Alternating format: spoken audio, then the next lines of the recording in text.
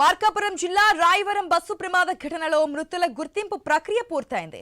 కాసేపట్లో డెడ్ బాడీలను కుటుంబ సభ్యులకు అప్పగించనున్నారు. ప్రత్యేక వాహనాలు స్వగ్రామాలకు తరలించనున్నారు అధికారులు. బస్సు ప్రమాదంలో 14 మంది ప్రయాణికులు సజీవ దహనమయ్యారు.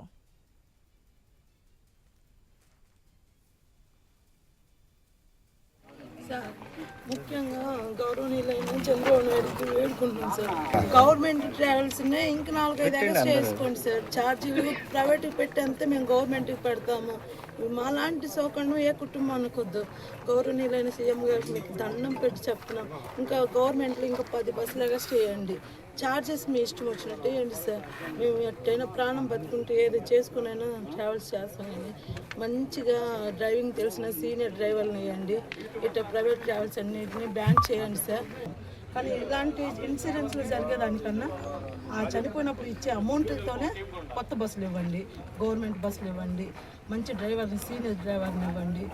మాలాంటి కుటుంబం పడే వేదన ఏ కుటుంబం పడొద్దని మేము వేడుకుంటున్నాం.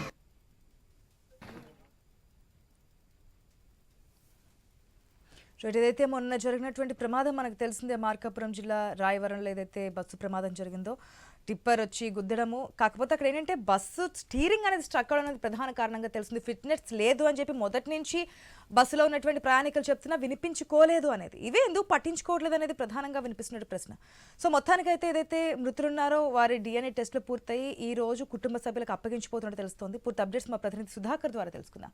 ఇప్పుడు సుధాకర్, మొత్తం 14 మంది మృతి చెందినట్టు తెలుస్తోంది. 14 మంది DNA రిపోర్టుల ద్వారా ఈ రోజు డెడ్ బాడీలను కుటుంబ సభ్యులకు అప్పచెప్తున్నట్టు తెలుస్తోంది కదా, డీటెయిల్స్ అంటే?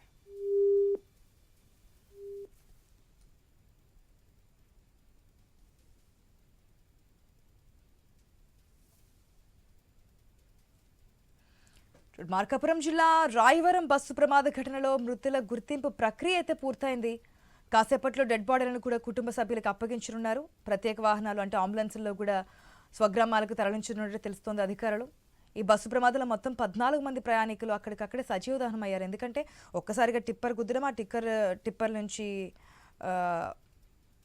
ఆయిల్ రావడము, పెట్రోల్ కారడము, ఒక్కసారిగా ఆ మంటల్లో బస్సు కాలి బూడిదైపోవడము, ఆ బస్సులోంచి బయటకు రానటువంటి సిచ్యువేషన్. అందుకే 14 మంది కూడా పూర్తిగా సజీవ దహనం అయ్యారు. ఆ డెడ్ బాడీలని ఈ రోజు కుటుంబ సభ్యులకు అందిస్తున్నట్టు తెలుస్తోంది. సబ్జెక్ట్స్ తెలుసుకుందాం. రైట్ సుధాకర్.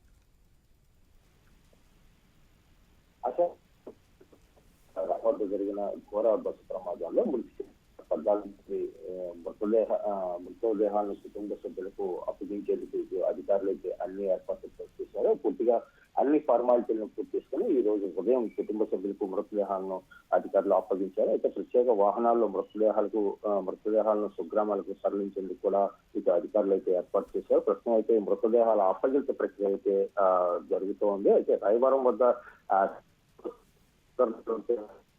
ఘటనలో బస్సులో ప్రయాణిస్తున్న 14 విధంగా మృతదేహాలు కాలిపోవడంతో మృతదేహాలు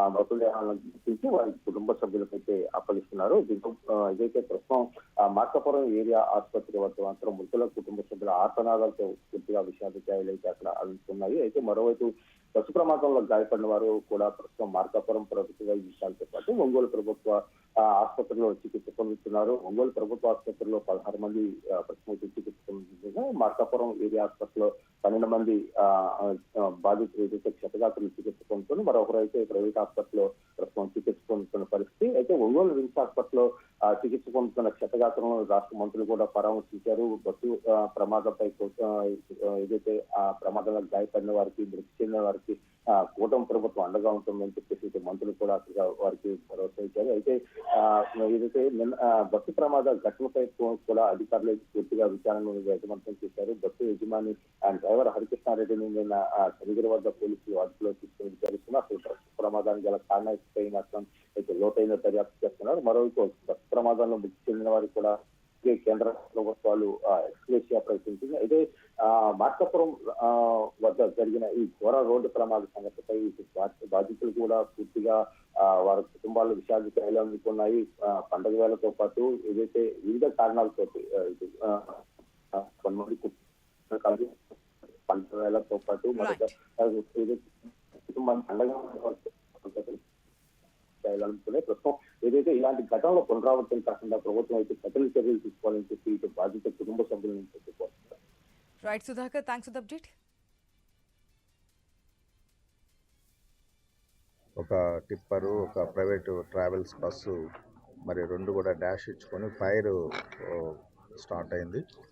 ఈ యాక్సిడెంట్లో 14 మంది చనిపోయారండి, ఇంక్లూడింగ్ ఒక 5 months బాయ్. అట్లనే 29 మంది గాయపడ్డారు. 29 మందికి మెరుగైనటువంటి వైద్య చికిత్స అందిస్తున్నాము.